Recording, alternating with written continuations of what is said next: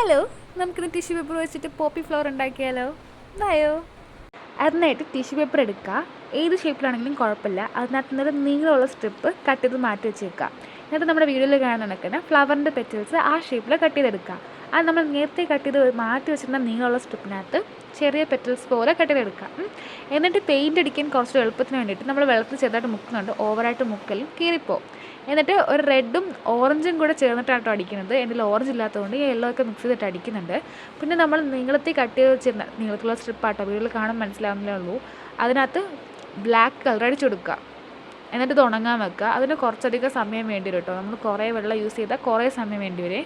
എന്നിട്ട് രണ്ട് സൈഡിലും ഈക്വലായിട്ട് കളർ ആവുന്നുണ്ടോ എന്ന് നോക്കണം. എനിക്ക് ഒരു സൈഡിൽ നല്ല ബ്രൈറ്റ്, ഒരു സൈഡിൽ കുറച്ച് ലൈറ്റും ആയിപ്പോയി. അത് ശ്രദ്ധിക്കുക. പിന്നെ സ്റ്റെമ്മിന് വേണ്ടിയിട്ട് ഒന്നീ വൈറ്റ് കളർ പേപ്പർ റോൾ ചെയ്തെടുക്കാം, അല്ലെങ്കിൽ സ്ട്രോ ഉപയോഗിക്കാം. അതിനകത്ത് ഗ്രീൻ കളർ പെയിൻറ്റ് അടിച്ചു കൊടുത്താലും മതി.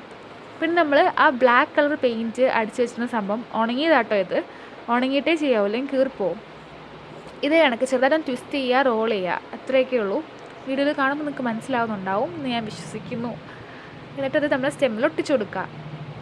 നിങ്ങൾക്ക് വീട്ടിൽ കാണുമ്പോൾ മനസ്സിലാവും, ഒരു സൈഡിൽ നല്ല ഡാർക്കും ഒരു സൈഡിൽ ലൈറ്റും ആയിട്ടായിരിക്കുന്നത്. അതുകൊണ്ട് രണ്ട് സൈഡിലും നല്ല കളർ വരുന്ന രീതിയിൽ അടിച്ചു കൊടുക്കുക കേട്ടോ. എന്ന് പറഞ്ഞാൽ ഓവർ വെള്ളമാക്കലും. പിന്നെ പെറ്റൽസിന് വേണ്ടിയിട്ട് നമ്മുടെ ഓരോ പെറ്റൽസും മുകളിലത്തെ ഭാഗം കുറച്ചൊന്ന് ചുരുട്ടി കൊടുക്കുക. അപ്പോൾ ഇങ്ങനെ അടഞ്ഞ രീതിയിലിരിക്കും ഫ്ലവറിൻ്റെ പെറ്റൽ. എന്നിട്ട് താഴത്തെ ഭാഗം ഒട്ടിച്ചു കൊടുക്കുക. അപ്പോൾ നോക്കിയൊരു എന്താ പറയുക, മനസ്സിലാവുമെന്ന് വിശ്വസിക്കുന്നു. എന്നിട്ട് ഒന്നുമില്ല, നമ്മുടെ പെറ്റൽസ് എല്ലാം നമ്മുടെ സ്റ്റെമ്മിൽ ഒട്ടിച്ചു കൊടുക്കുക.